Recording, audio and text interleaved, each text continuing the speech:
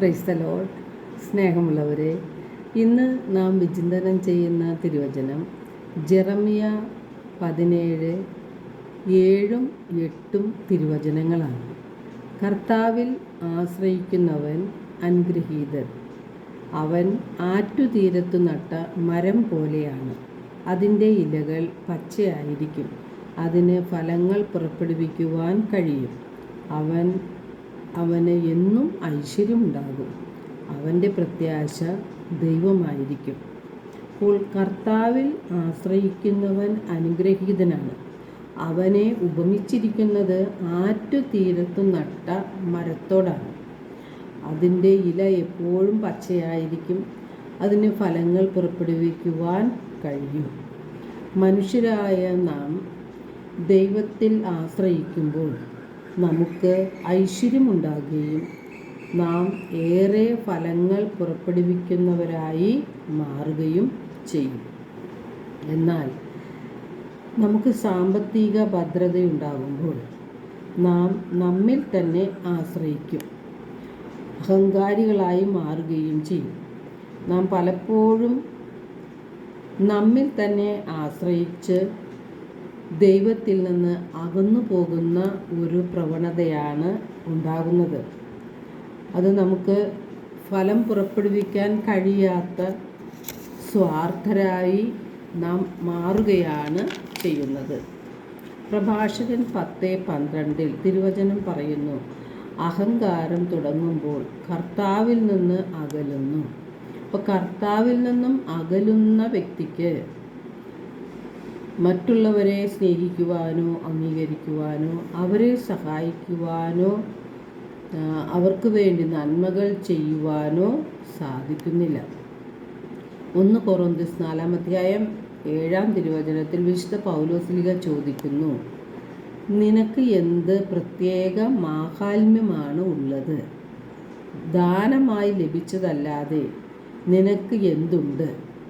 എല്ലാം ദാനമായിരിക്കെ ദാനമല്ല എന്ന മട്ടിൽ എന്തിനു നീ അഹങ്കരിക്കുന്നു?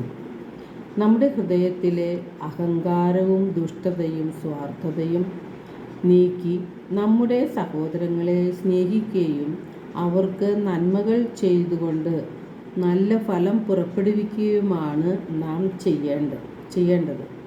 ദൈവത്തെ സ്നേഹിക്കുന്നവൻ തൻ്റെ സഹോദരങ്ങളെയും സ്നേഹിക്കും എന്ന് യേശുനാഥൻ പറഞ്ഞിട്ടുണ്ട്. സഹോദരങ്ങളെ വെറുക്കുന്നവൻ കൊലപാതകിയാണ്. അപ്പോൾ നാം നമ്മുടെ സഹോദരങ്ങളിലാണ് ദൈവത്തെ കാണേണ്ടത്. വേദന അനുഭവിക്കുന്നവരെ, ദുഃഖദുരിതങ്ങളിലൂടെ കടന്നു പോകുന്നവരെ, ബലഹീനരായവരെ, നമ്മുടെ സഹായം അർഹിക്കുന്നവരായി നാം കാണുന്നവരെ നാം തള്ളിക്കളയുകയല്ല വേണ്ടത്. നാം അവരെ സഹായിക്കുമ്പോൾ ദൈവത്തിന് തന്നെയാണ് ചെയ്തു കൊടുക്കുന്നതെന്ന് യേശുനാഥൻ പറഞ്ഞിട്ടുണ്ട്. കർത്താവിൽ ആശ്രയിക്കുന്നവൻ കർത്താവിൻ്റെ വചനങ്ങൾ പാലിക്കുകയും വചനമനുസരിച്ച് ജീവിക്കുകയും ചെയ്യും. അപ്പോഴാണ് നമ്മെ വേദനിപ്പിച്ചവരോട് നമുക്ക് ക്ഷമിക്കുവാനും അവർക്ക് വേണ്ടി നന്മകൾ ചെയ്യുവാനും നമുക്ക് സാധിക്കുന്നത്.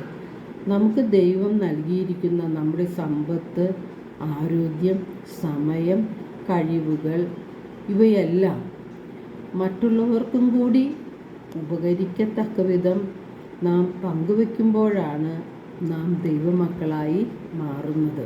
1 പത്രോസ് 5:6 തിരുവചനം പറയുന്നു, ദൈവത്തിൻ്റെ ശക്തമായ കരത്തിൻ കീഴിൽ താഴ്മയോടെ നിൽക്കുവിൻ. തക്ക സമയത്ത് അവിടുന്ന് നിങ്ങളെ ഉയർത്തിക്കൊള്ളും. നിങ്ങളുടെ ഉത്കണ്ഠകളെല്ലാം അവിടുത്തെ ഏൽപ്പിക്കുവിൻ. അവിടുന്ന് നിങ്ങളുടെ കാര്യത്തിൽ ശ്രദ്ധാലുവാണ്. അപ്പോൾ നാം കർത്താവിൻ്റെ ശക്തമായ കരത്തിൻ കീഴിൽ എളിമയോടെ നിൽക്കണം. നമ്മുടെ ഹൃദയത്തിലെ അഹങ്കാരവും സ്വാർത്ഥതയും ദുഷ്ടതകളും കഴുകിക്കളഞ്ഞുകൊണ്ട് നമ്മുടെ ഹൃദയത്തിൽ ദൈവത്തിൻ്റെ വചനത്തിന് 1-ാം സ്ഥാനം കൊടുത്തുകൊണ്ട് നാം ജീവിക്കുമ്പോഴാണ് നല്ല ഫലങ്ങൾ പുറപ്പെടുവിക്കുന്ന ആറ്റുതീരത്ത് നട്ട വൃക്ഷം പോലെയായി നാം മാറുന്നത്. ദൈവത്തിൻ്റെ അനുഗ്രഹവും ഐശ്വര്യവും എല്ലാം നമുക്ക് ലഭിക്കുന്നത് അപ്പോൾ മാത്രമാണ്. എല്ലാവർക്കും ഒരു നല്ല ദിനം ആശംസിക്കുന്നു. ദൈവം നമ്മെ ഓരോരുത്തരെയും സമൃദ്ധമായി അനുഗ്രഹിക്കട്ടെ.